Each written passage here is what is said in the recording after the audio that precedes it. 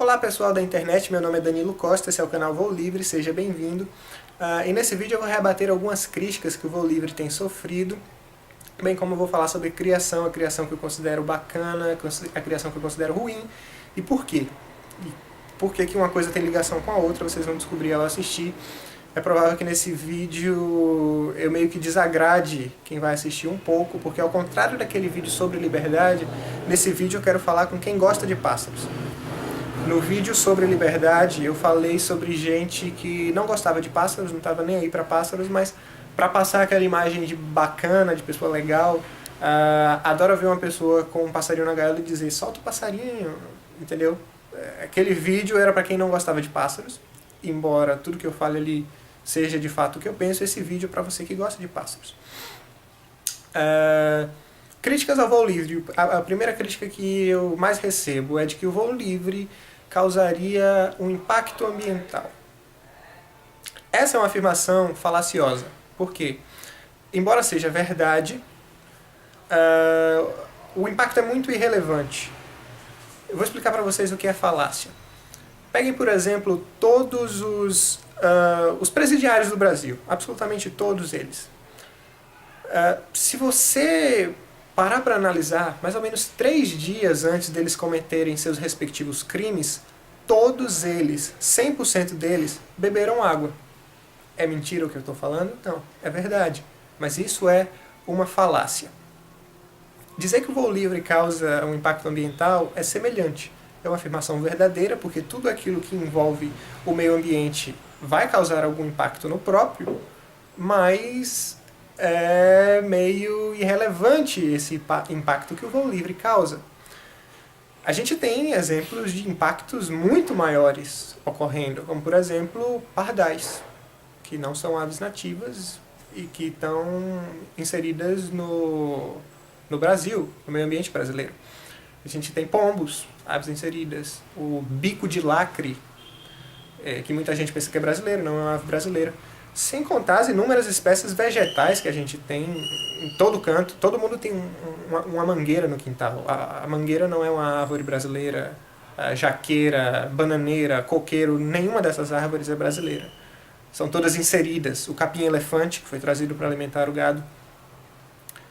Então, dentro desse mundo, sei lá, um fazendeiro que tem uma plantação enorme de sorgo e espécies se alimentam desse sorgo ou de milho, ou até uma pessoa que tem um galinheiro no fundo de casa e o gavião vai e come um pintinho. É uma interferência ambiental, ou a própria galinha, uma raposa come uma galinha, ou uma onça come um boi que uma pessoa cria, ou cabras. A gente tem inúmeras interferências. E aí a pessoa vem dizer que está se preocupando com isso porque o voo livre, oh meu Deus do céu, porque o pássaro voa durante 1 ou 2 horas, essa é uma grande interferência ambiental? Não faz sentido para mim. Para falar isso tem que ser muito hipócrita ou maldoso. O segundo argumento é de que o voo livre seria uma atividade perigosa para o pássaro. Há risco.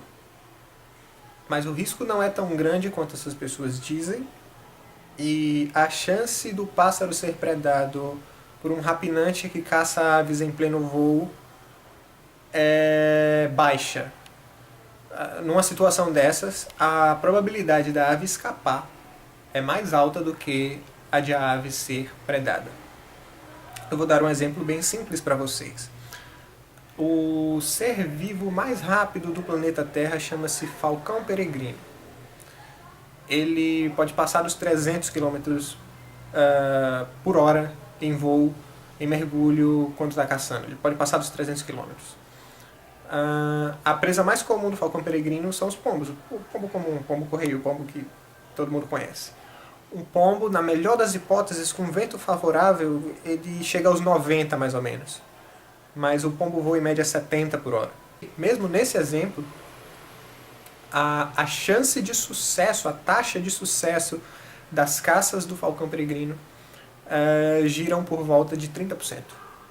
Nas outras 70% o pombo consegue fugir. E essa média que o falcão peregrino tem é mais ou menos a média que todos os rapinantes que predam aves em pleno voo têm. ah, a presa geralmente sempre escapa, isso de qualquer predador, mas vamos focar no nosso. Dentro desses 30% que são predados, a esmagadora maioria ou são aves jovens demais, ou são aves velhas demais, ou são aves com algum tipo de deficiência física, ou são aves doentes. E tá aí a importância dos predadores. Eles limpam, eliminam essas presas mais fracas, vamos dizer assim, com maior facilidade. Esse é o grupo-alvo. Uma ave em idade adulta, com saúde, com tudo em dia, geralmente consegue fugir. Então, raramente você vai perder um pássaro para um rapinante que pega aves em pleno voo. Eu diria que quem põe a gaiola na varanda, por exemplo, tem muito mais chances de perder o pássaro para um gavião carijó do que quem faz voo livre com uma ave que não esteja dentro desse grupo de risco.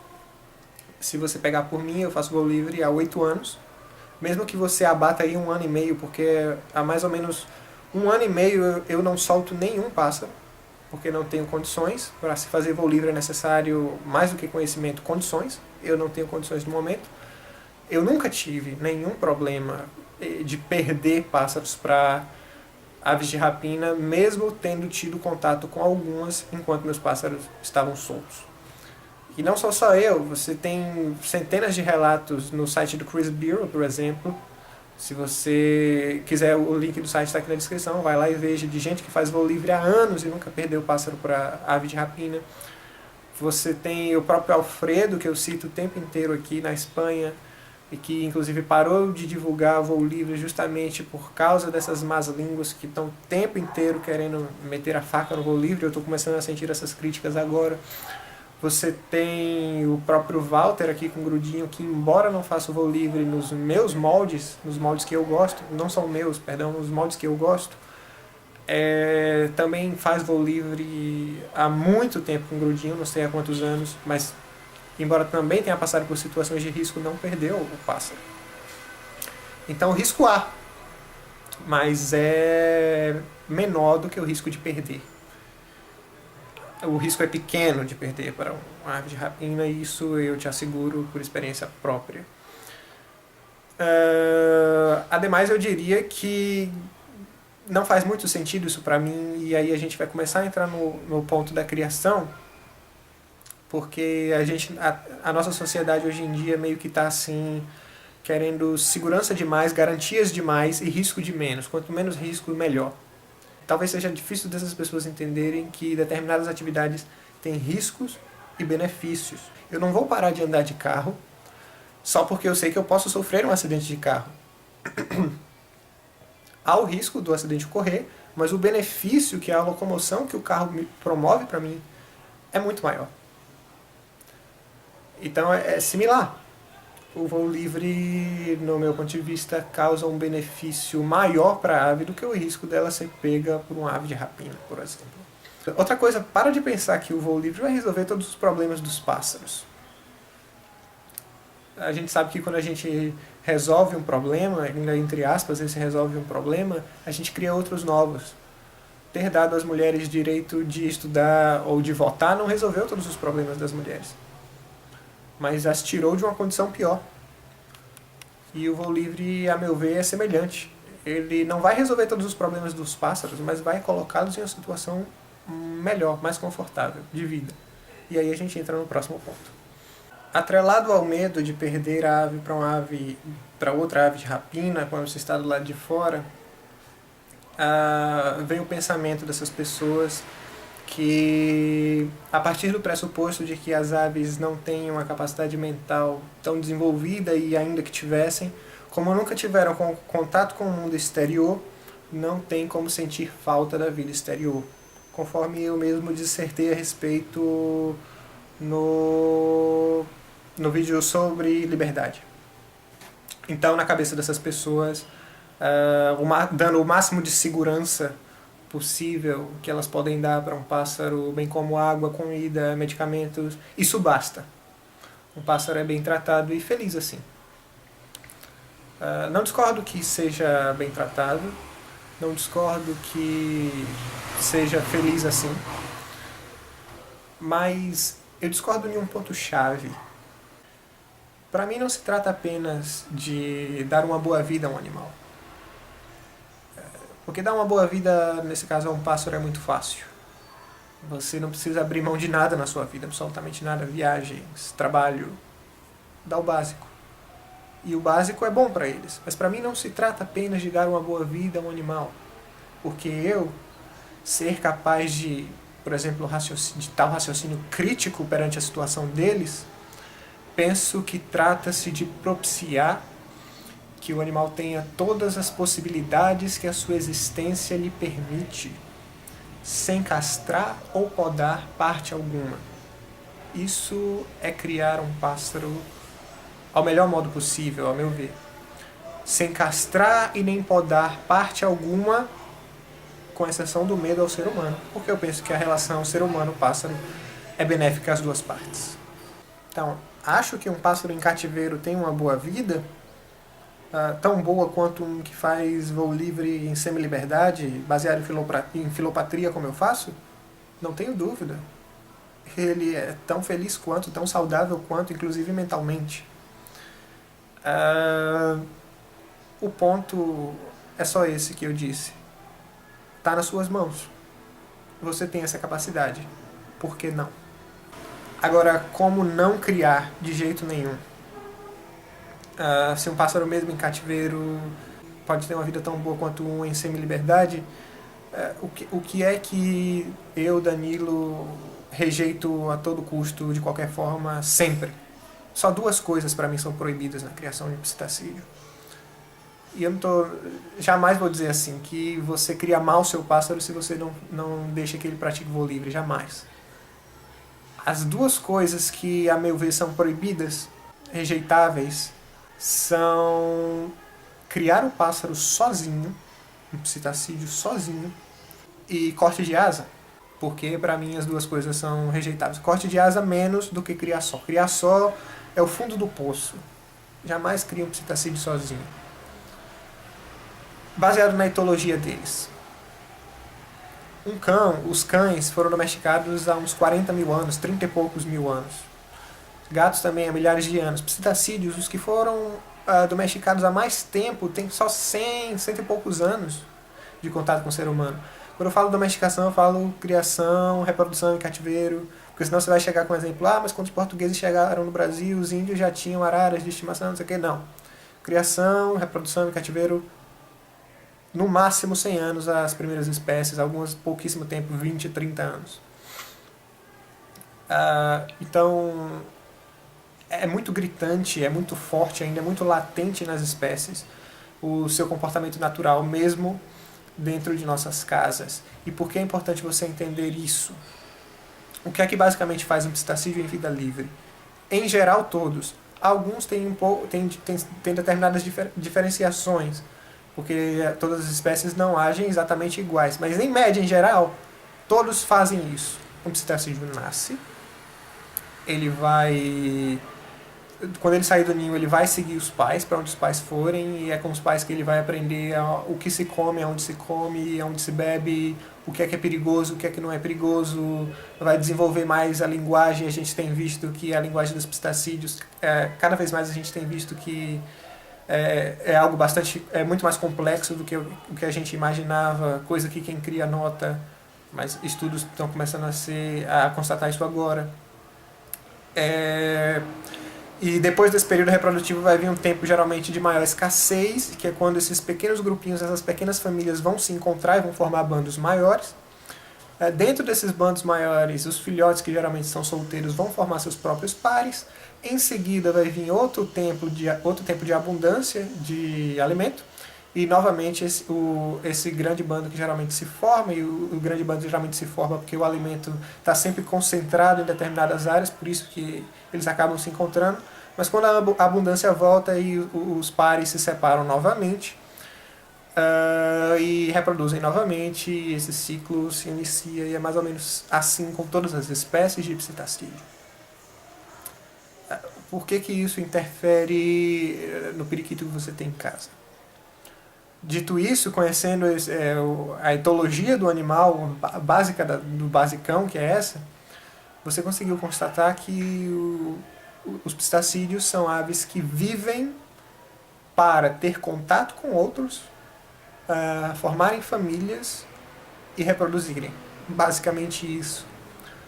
Quando você cria um psitacídeo só, você quebra tudo isso.